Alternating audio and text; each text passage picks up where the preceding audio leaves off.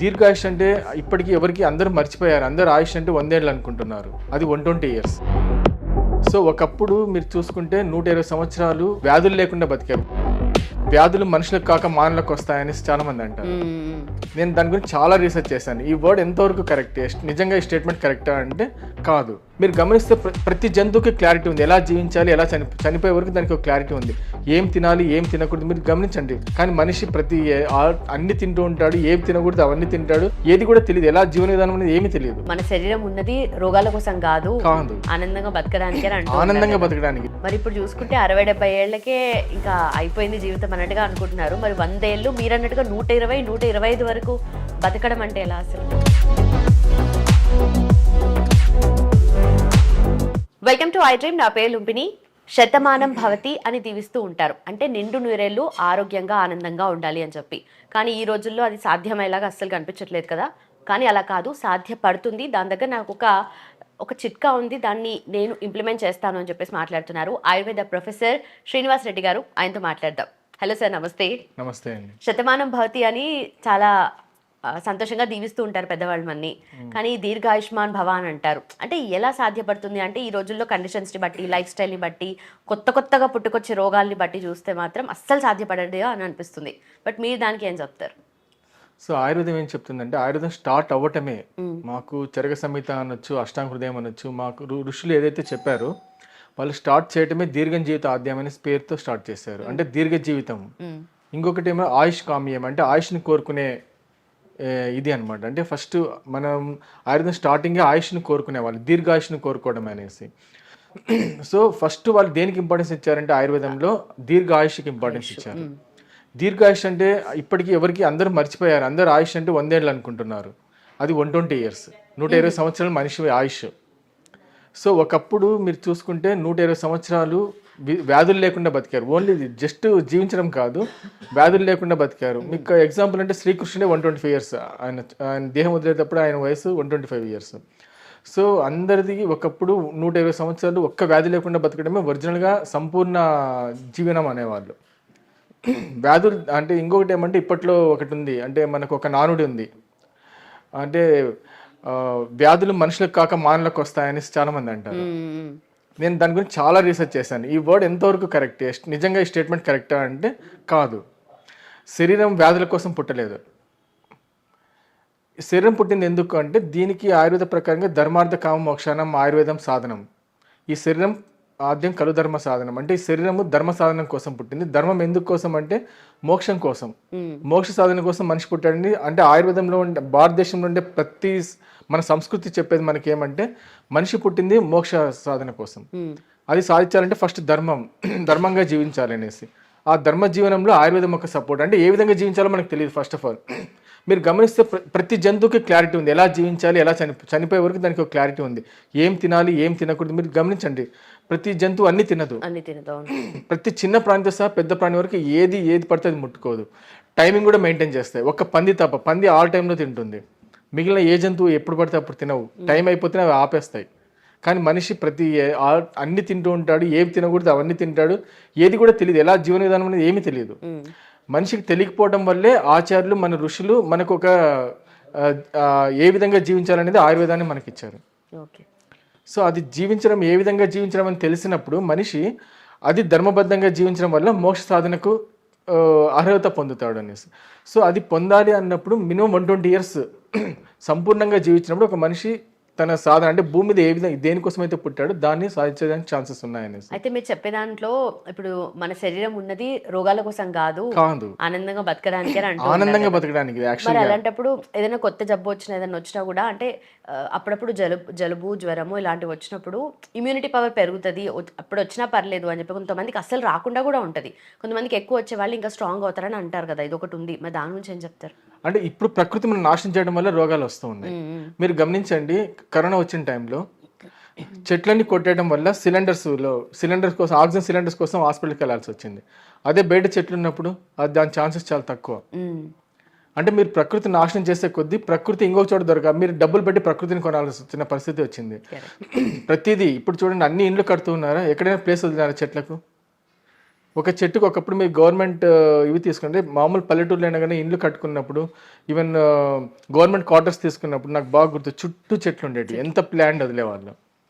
So అది ఒరిజినల్గా అది మెథడ్. మనిషి ఏ విధంగా జీవించాలో ఒక ప్రకృతి చుట్టూ ప్రకృతిలో భాగమై జీవించాలి తప్ప ప్రకృతిని నాశనం చేస్తూ ప్రకృతిని డామినేట్ చేసినప్పుడు రివర్స్లో వచ్చేటువంటి డిసీజెస్. కరెక్ట్.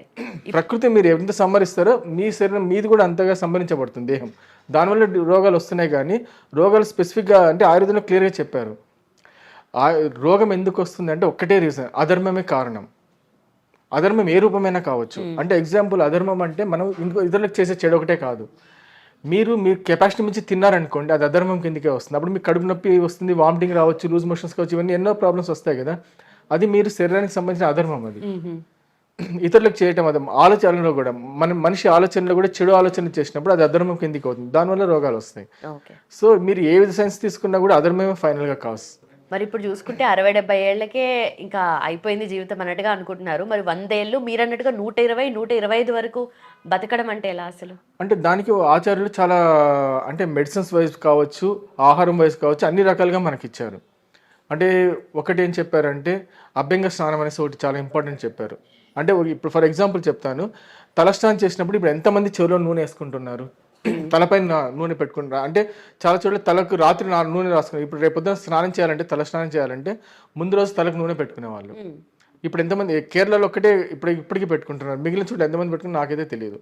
నేను గమనించే ప్రకారం ఎవరు ఏం స్పెసిఫిక్గా పెట్టుకోవడం లేదు. అంటే ఒక తలస్నానం చేయాలంటే ముందు రోజు కంపల్సరీ తలకు నూనె పెట్టుకోవాల్సి ఉంటుంది. తర్వాత తలస్నానం చేసే ముందు చెవులో నూనె వేసుకోవాలి, ఖచ్చితంగా వేసుకోవాలి. చెవులకు నూనె వేసుకోవడం వల్ల ఏమవుతుందంటే సెన్స్ ఆర్గన్స్ దెబ్బతినవు, కన్ను కానీ తల బ్రెయిన్ కానీ ఇవి ఏవి దెబ్బతినవు.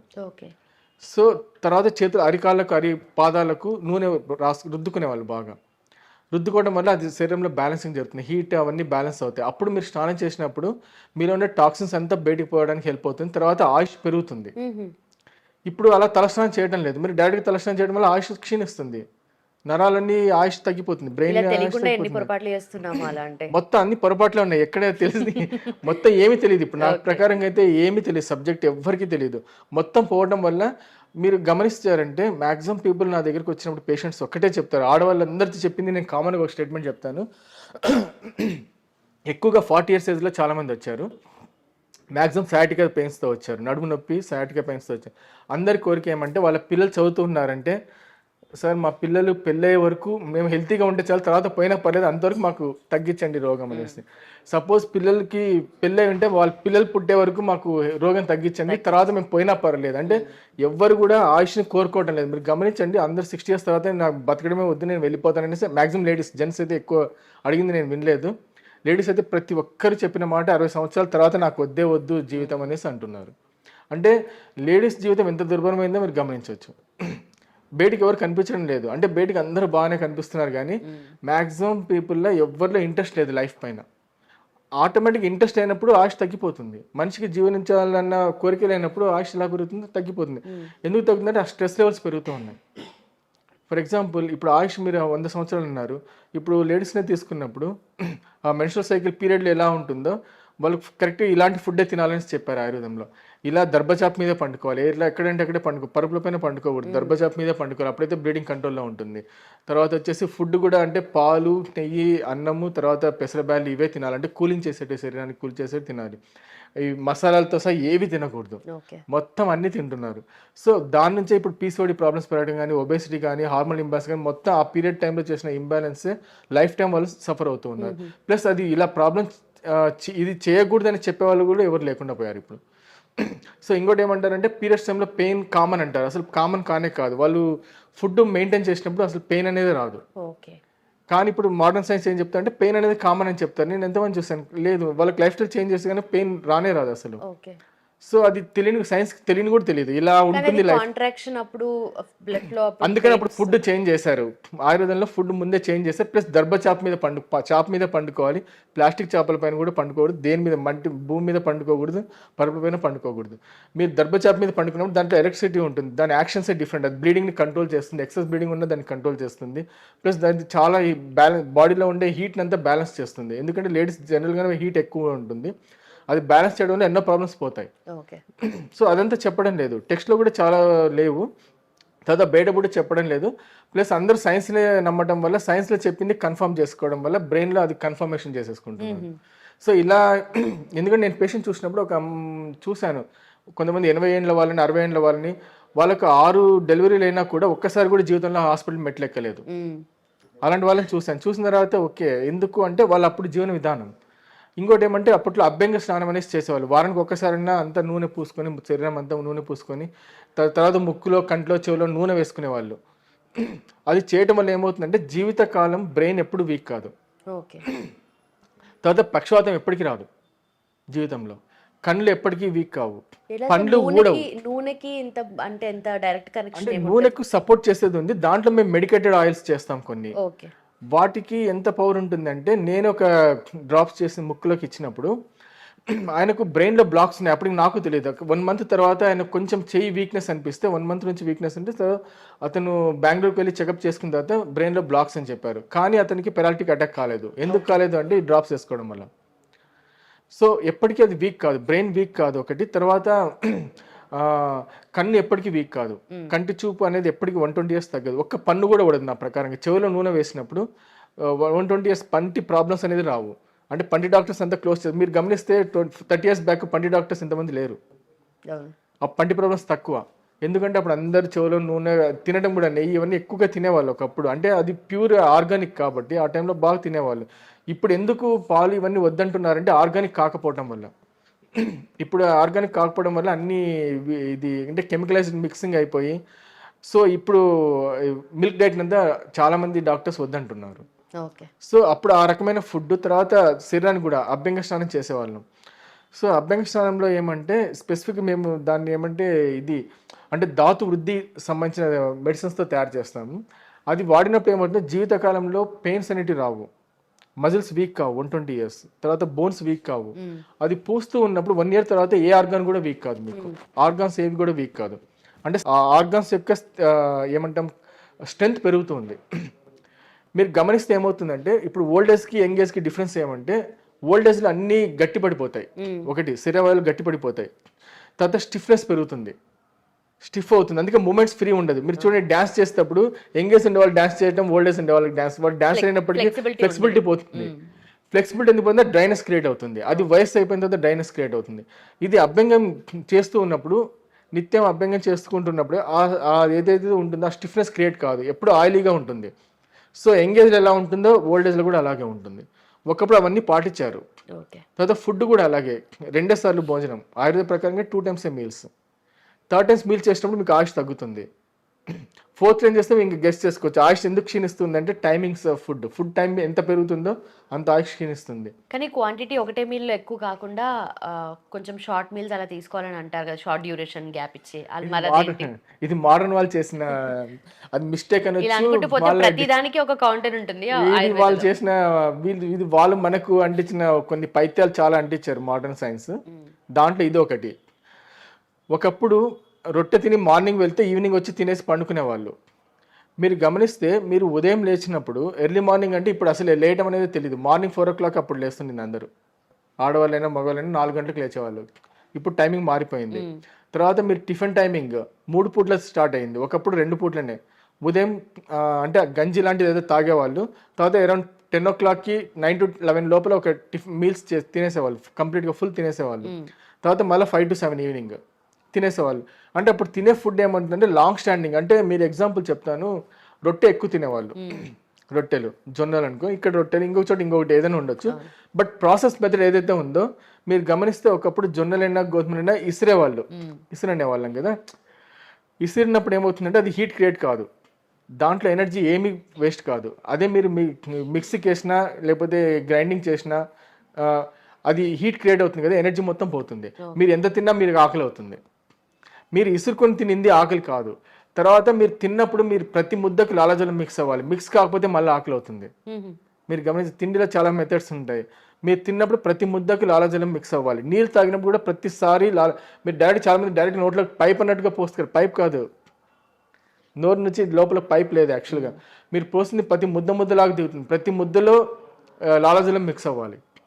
లాలజలం ఎంత మిక్స్ అవుతుందో అంత స్టాండింగ్ ఎనర్జీ అంత లాంగ్ ఉంటుంది. ఓకే. లాలజలం మిక్స్ కాకపోతే ఎనర్జీ ఉండదు, మీకు 2 hours లో మళ్ళీ ఆకలి అనిపిస్తుంది. అందుకే ఎక్కువ నమిలి తినాలి అని అంటారు. ఎక్కువ నమిలి అన్నప్పుడు దాంట్లో టెక్నిక్స్ ఉన్నాయి. ఎందుకు తినలేక నేను గమనించి అందరూ ఏం చెప్తారు 32 12 అంటే 32 సార్లు నమిలి తినండి సింపుల్గా స్టేట్మెంట్ ఇచ్చేస్తారు. బట్ స్టేట్మెంట్ మరి అంత స్టేట్మెంట్ ఇచ్చిన ఎందుకు తినలేకపోతున్నారు అనేసి తినలేకపోతున్నారు అందరూ. సో దానిపైన నేను స్టడీ చేశాను ఎందుకు వీళ్ళు తినలేకపోతున్నారు అనేసి. సో తినేటప్పుడు కొన్ని ప్రాసెస్ టెక్నిక్స్ ఉన్నాయి, ఆ టెక్నిక్స్ చేస్తే తినొచ్చు. 32 times కాదు, అది గట్టి పదార్థం మీద ఎక్కువసార్లు తినాల్సి వస్తుంది, మెత్తని పదార్థం మీద తక్కువ టైమ్స్ తినాల్సి వస్తుంది. కాకపోతే ఎప్పుడు కూడా ఫుడ్ లిక్విడ్ ఫామ్లో ఉండకూడదు, అది రాంగ్. లిక్విడ్ ఫామ్లో ఉన్నప్పుడు నమలలేము, మింగేస్తాం మనం. సో కొంచెం హార్డ్, అందుకనే వెజిటబుల్స్ కూడా హాఫ్ కుక్కడే తినేవాళ్ళు, హాఫ్ బాయిల్డ్ అనేవాళ్ళు. హాఫ్ బాయిల్డ్ అయితే నమలడానికి అవుతుంది, నమలడానికి కాకుండా తింటే అది వేస్ట్, ఎందుకంటే లాలజలం మిక్స్ కాదు. మీరు నమిలినప్పుడే లాలజలం వస్తుంది బయటికి, నమలడానికి లేనప్పుడు అది మెత్తగా ఉన్నప్పుడు లాలజలం రానప్పుడు మింగేస్తారు. మింగినప్పుడు దాని ఎనర్జీ షార్ట్ డ్యూరేషనే ఉంటుంది.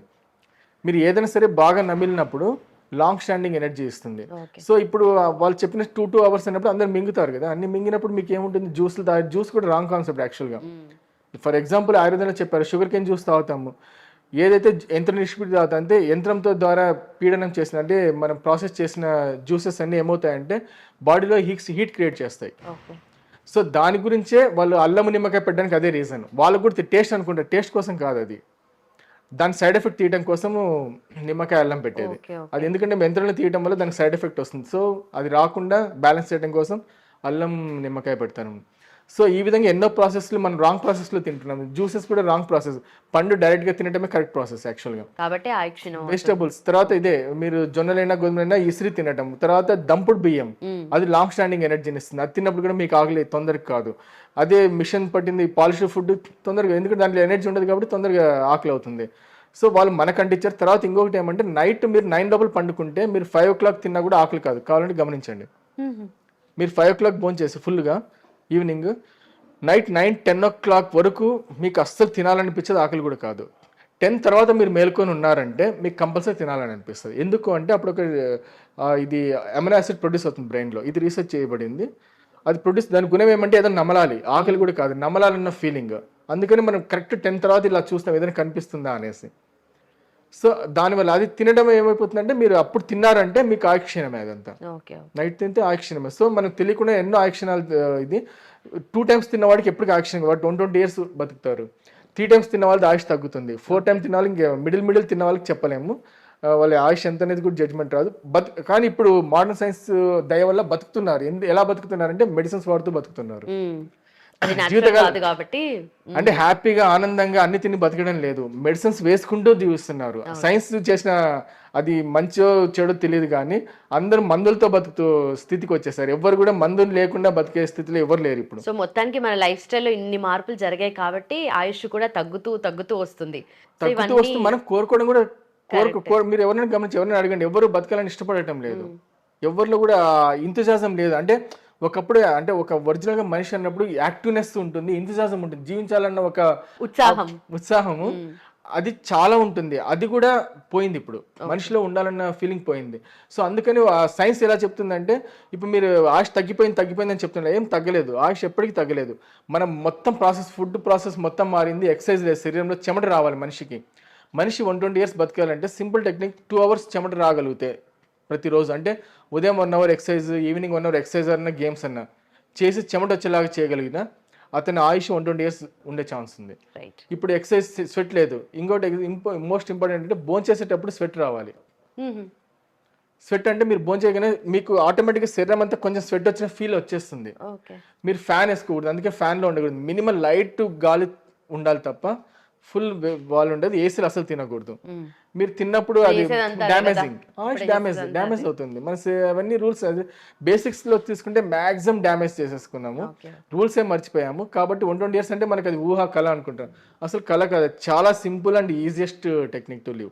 అలా చాలా ఉన్నాయి దాంట్లో, 120 years లో ఎలా అనేసి చాలా ఉన్నాయి, దాంట్లో కొన్ని చెప్పాను నేను మీకు. Right sir, right. మీరు చెప్తుంటే నిజంగానే ఇది పాసిబుల్ అని అనిపిస్తుంది. బట్ ఇన్ని చేంజెస్ చేయాలి, కంప్లీట్ గా లైఫే కొంచెం టర్న్ అయిపోవాలి, ఎందుకంటే మనం ప్రతిదీ కూడా తప్పు చేస్తూ ఉన్నాం చాలా మంది.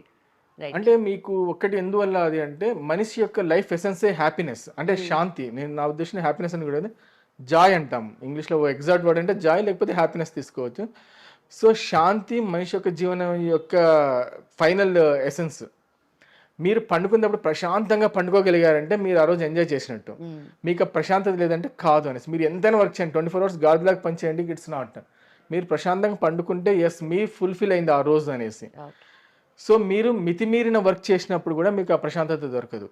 తర్వాత ఇంకొకటి ఏమంటే మీరు సాయంత్రం తర్వాత సూర్యాస్తమైన తర్వాత ఎవరైతే బిజినెస్ చేస్తారో వాళ్ళు ఎవరికి ప్రశాంతత దొరకదు, పండుకోలేరు, నిద్ర కూడా రాదు. కన్ఫర్మ్ చేస్తాను నేను. సూర్యాస్తమైన తర్వాత ఎవరైతే వ్యాపార విషయాలు మాట్లాడతారో, వ్యాపారం చేస్తారో, ఎక్సెప్ట్ ఒక ఎమర్జెన్సీకి చేసే వాళ్ళు తప్ప. అంటే ఇప్పుడు ఎమర్జెన్సీలో డాక్టర్స్ వర్క్ చేయాల్సి ఉంటుంది, పోలీస్ వర్క్ చేయాల్సి ఉంటుంది, ఇంకొంతమంది ఎమర్జెన్సీ నైట్ టైమ్స్ సర్వీసెస్ కొంతమంది చేస్తారు, ఎసెన్షియల్ సర్వీసెస్ ఉంటాయి. సో వాళ్ళు మినహాయించి మిగిలిన ఎవరైతే నెసిటీ ఉన్నా లేకపోయినా నైట్ ఇది సూర్యాస్తమైన తర్వాత జాబ్స్ కానీ ఇంకోటి కానీ చేస్తూ పోతారో వాళ్ళు దేమే ఎర్న్, అంటే వాళ్ళు సంపాదించుకోవచ్చు, కానీ హ్యాపీనెస్ తగ్గుతుంది, నిద్ర తగ్గుతుంది, ఆయుష్ తగ్గుతుంది, 3 తగ్గుతాయి. కాబట్టి గమనించండి, నేను ఇవన్నీ రీసెర్చ్ చేశాను. అందరూ అంతే, అంటే ఇవి అందరికీ ఇది వర్తిస్తుంది. ఈవెన్ డాక్టర్స్ ప్రతి ఒక్కరికి ఇది వర్తిస్తుంది. ఎవరికి నిద్ర రాదు. చూసే వాళ్ళు అందరూ అనుకుంటే వీళ్ళు చాలా ఎంజాయ్ చేస్తున్నారు, చాలా బాగున్నారని మనం అనుకుంటాం, కానీ అస్సలు అలా లేనే లేదు. నిద్రనే లేదు. నిద్ర లేనప్పుడు మనిషి చాలా బీదవాడి కిందికి లెక్క. నా ఫస్ట్ ప్రైమ్ ఏమంటే ఒక మనిషి సంతోషంగా నిద్రపోకపోతే చాలా బీదవాడి కిందికి లెక్క. మిగిలిన ఏమైనా ఉండండి అంతా సెకండరీ. ఆరోగ్యం లేనప్పుడు కూడా బీదవాడి కిందికి లెక్క. బట్ ఆరోగ్యం కంటే నిద్రనే నేను ఫస్ట్ ప్రిఫరెన్స్ ఇస్తాను. ఓకే, మొత్తానికి నిద్ర ఆరోగ్యం. Right sir, thank you so much sir. Thanks అండి, నమస్తే.